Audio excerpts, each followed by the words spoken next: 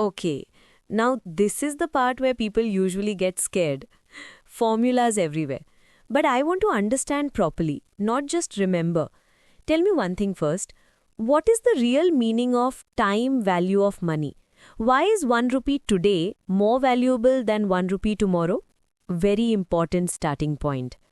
Time value of money means money today can be invested and earn returns, so it is more valuable than the same money in future. It's not just theory, it is the foundation of all valuation calculations. Let's start simple. Simple interest. Simple interest is calculated only on principal amount. Formula is I is equal to P into R into T. No compounding, no complexity.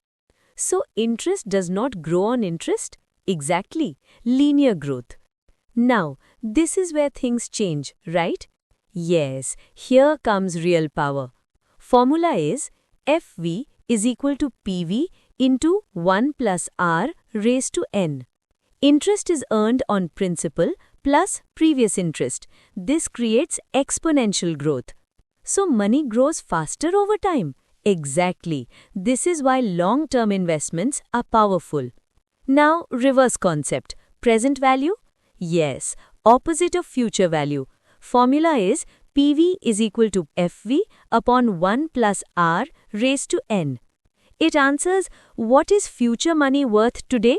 So, future 1,20,000 becomes smaller today? Yes, because of discounting. Now, annuity, regular payments. Correct. Formula is FVA is equal to P into 1 plus R raised to N minus 1 upon R. Used when you invest regularly and want future accumulated value. Like SIP or yearly deposits? Exactly. Now, reverse of that.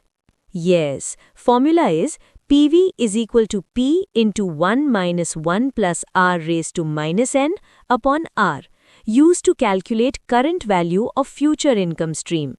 So this is used in rental valuation. Yes, very important for income approach. Now, perpetuity means infinite? Yes, income continues forever. Formula is PV is equal to P upon R.